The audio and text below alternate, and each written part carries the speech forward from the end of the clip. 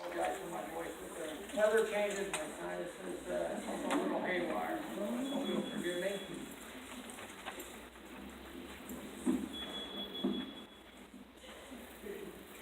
I want to thank you for having me here, and I appreciate everyone showing up again. As the mayor said, this is a very important issue. How many people still don't get it is beyond some recognition.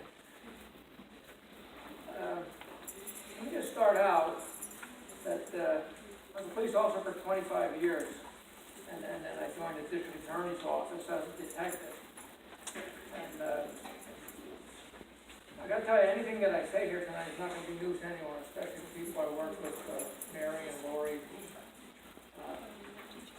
They've been with Turning Point longer than I've been with the district attorney's office. But there are two things, if nothing else to get out, two things that are really important. And one I think was already mentioned, that domestic violence has no boundaries, there are no exclusions. It doesn't matter your race, your age, your gender, your religion, your culture, or your economic class. It doesn't matter. Everyone will experience it, or someone they know will experience it. There are no exclusions. And I can personally attest that when I got on the police department in 1975 to where we are now in 2016, some things have changed.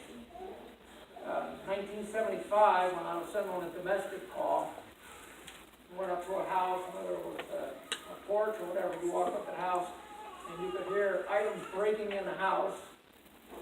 You could hear someone yelling for help. You can hear someone yelling, please don't do that again, don't hit me. And what did the cops do? They knocked on the door. Who's there? It's the police. Well, we'll be right there. And this is honest, and this was something that happened more than once, regular basis. The door would open about 3-4 inches, and there'd be a guy standing there. I'd say, what do you want? He said, well, we got to talk here, there's something going on. Well, me and my wife were just having a discussion, having a little bit of argument. In 1975, what you did is say, okay, thank you, just make sure I don't have to come back. That was the police response in 1975. I'd be a little dishonest if I say that probably still didn't happen in some jurisdictions today in 2016. But in 1975, that's how domestics were handled. Your training was you go there and you don't interfere in family matters. You go there and you maintain peace, but you don't interfere in family matters. Back in those days, there was no domestic violence act. There weren't even protection from abuse orders back then. What we had back in 1975 was restraining orders. And some of you may be old enough to remember restraining orders. And quite honestly, they weren't used very often in domestic situations. Most of the restraining orders we dealt with were neighbor on neighbor because they couldn't get along with noise making and somebody parking their car in front of the other guy's house. So that's pretty much what restraining orders were used for back in the day. And back then there were no protection from abuse orders, and the Domestic Violence Act wasn't in place. Those that are familiar now, the Domestic Violence Act requires the police to take action if they respond to a situation where somebody says an incident happened and the police can actually see an injury. They're required by law to take action on order to make an arrest. No warrant is needed, just like in a felony case. You don't need a warrant. It's a warrantless arrest under the Domestic Violence Act. Again, I went a little bit ahead of myself there. Back in the old days, the protocol was always you send 2 police officers on a domestic call because we were told that a very dangerous crime, that's how a lot of policemen get hurt. Now, by the same token, back in the 70s, police did escorts for businesses. Somebody had their business open all day, and they might have a couple $1,000 and wanted to take the bank. That was only important enough for one guy to go. But for all domestics, they sent 2 because they didn't want the cops getting hurt. That was good. That was the training back in the 70s. So times have changed. And ongoing work by organizations like Turning Point help stem the tide, help make things change. We're going in the right direction. Organizations like Turning Point petitioned the lawmakers and so on, and tried to get open public gatherings like this. In the old days, there was silence. Nobody wanted to talk about domestic violence. They didn't talk about it in the family. You can go to a family gathering and one of the siblings could have a black eye and no one would ask how they got it. Or if they did, it was never an answer. Turning Point, an organization similar to Turning Point, have helped start that going in the right direction. What also helped is certain institutions being held civilly liable. Police departments go somewhere and had a victim and decided they didn't have to do anything, and later returned because there was a body there. And the police departments and cities were being sued. So civil litigation also brought about some of the damage. So in the year 2000, I retired from the police department, and I was hired by Northampton County District Attorney's Office as a detective. Unbeknownst to me, when I got there, they said, "You're the new domestic violence detective." So that was fine with me. I was a cop for all those years. I knew what domestic violence was, and I knew how to take care of it. That's what I thought. I had a little bit of an awakening. And I was fortunate when I got hired, and I talked to Ms. Lewinsky earlier. Turning Point had a house on South Fifth Street in Houston. It was a counseling house. I know Mary and Lori would remember because they were there. But I got hired, and myself and the district attorney had the whole third floor of their building. That's where my office and the assistant district attorney who handled domestic violence cases we weren't even in the courthouse. But that's where I, with Lori and Mary, and there was a woman named Armenia, the old timers here, they're the ones that basically trained me. There will be seminars coming up, and Mary would come up and say, "Frank, I really think this is something you should look into." And I was at least smart enough to know, I was lacking somewhere, and she was pointing me in the right direction. So, and we stayed in that house until Turning Point sold the house a couple of years after I was hired. We had moved to the courthouse.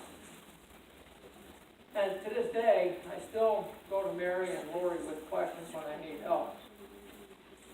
But the two of them are probably the biggest influence in me getting my basic training in domestic violence, because the county didn't do it, the city didn't do it when I was a police officer, and there were no real organizations out there doing it.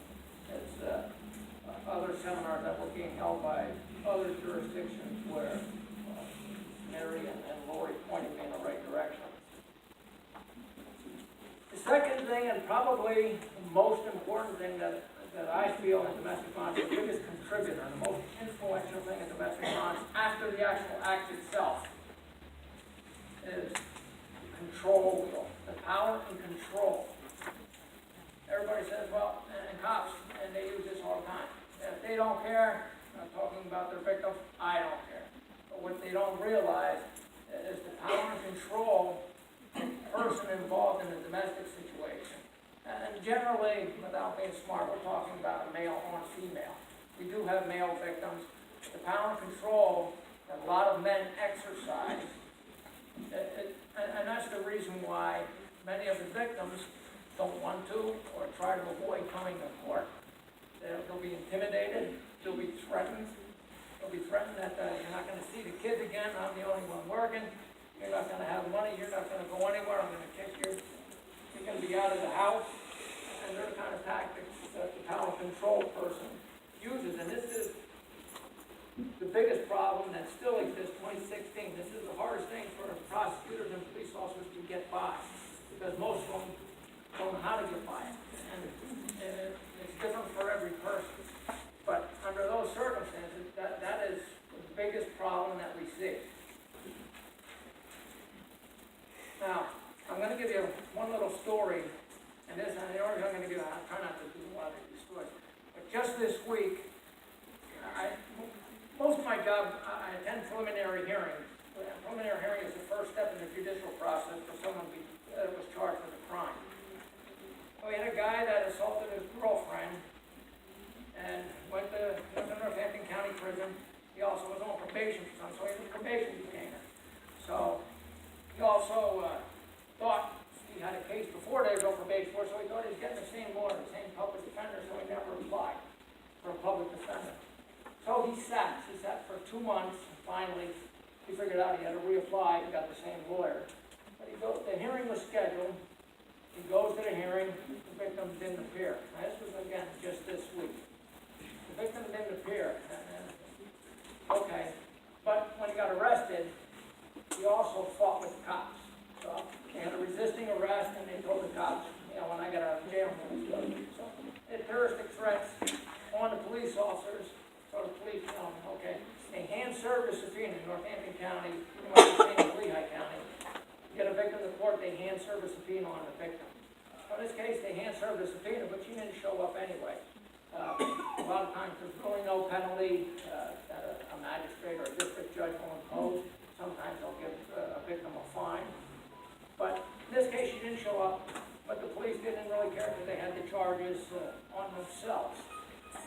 Okay, so we left, and a simple assault on the girlfriend got dismissed. So we left, and then we got a phone call. The phone call was from supposedly a friend of the victim, and she said, well, the reason the victim didn't show up was because she was afraid because the guy had threatened her. He called her from the prison. So, under most instances, there's a no contact rule. They're not supposed to have any contact, phone, internet, or anything like that. But this guy was calling her from the prison, so I had to get the prison records. Lehigh County is the same in Northampton County. Anybody that's in prison, they're told the privilege of making phone calls is just that, it's a privilege, and at any time, like somebody from the district attorney's office, I can listen, I don't need a court order. So, the district attorney that I worked for said, hey, they're saying that the victim was threatened, that's why she didn't show up, so I had to go and listen to the phone calls. So just, I figured I'd backtrack. I started the day of the hearing, which was just this week. I started that day and go back. So, I'm starting with the very first phone call I'm listening to is the first phone call he made after he got back to the hearing. Now, there's a big difference in Lehigh County and Northampton County. Lehigh County, great, they have central court. They have a DA on staff there, and anybody from the prison, they don't have to leave the building. Northampton County, a little bit different. Anytime there's a preliminary hearing, the hearing is held at the district court where the jurisdiction of the crime was. So somebody could be in Easton in jail, and they might have to go to a hearing in Cherryville, which is 45 minutes away. In this instance, the hearing was in Easton, and the guy was driven by a constable to the magistrate's office. When he got back to the prison, he called her. Now listen, his phone call. And the guy saying to her, well, where were you? And she said, I was at Crystal's house. He said, I know. He said, we went by Crystal's house on the way to the court. My court was on. He saw her. And he said, why were you at Crystal's house? So he says, well, I didn't want the cops to find me because I wasn't coming to the hearing. I didn't want the cops to pick me up for not showing up. So you think he'd be happy? No. He said, what'd I tell you? I told her I didn't want you at Crystal's house. And here's a guy who's been in jail for 2 months. His girlfriend has been putting $25 a week on his phone privilege so he can call her and anyone else who may. And she's been putting $50 a week on his commissary. And he's calling her, telling, didn't I tell you not to go to Crystal's house? Is that the ultimate, control? Are you kidding me? It's just like, it blew my mind off. I had to give you that little story. It was long, but I just couldn't believe it. After a lot of things I've seen, I just couldn't believe that. Anyway, he never did threaten her. Just like, I was going to arrest her for no threat. She just decided she didn't want to show up. Yeah. Okay. You might also think that, times have changed now, so a lot more domestic violence is being reported, but it's not. These statistics, I started using statistics when I got hired because part of my job and part of the district attorney's job that prosecuted domestic violence was covered under a grant. The grant went away, but I still keep the statistics just to see if there's any significant changes anywhere. But there really hasn't been since 2000 until 2016. There really hasn't been, and Northampton, again, everything, this is Northampton County. The highest we ever had was 624 cases, and the lowest was, I think, 526.